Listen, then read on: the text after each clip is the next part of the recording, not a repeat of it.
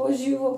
Поне ще умре. Ти ги носеше на ръце или ги дърпаше ги децата? Дърпаше ги Аз ги изкарвах от ломките, краката заклещени, нали не може да стават големите тежки неща ги аз ги дигнах така.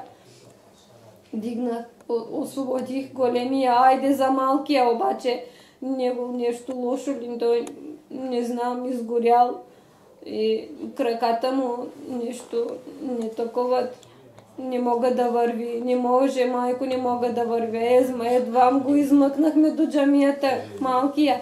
Айде, викам, сине, ела баща си да спасим, че изгаряме, почна да гори. Да.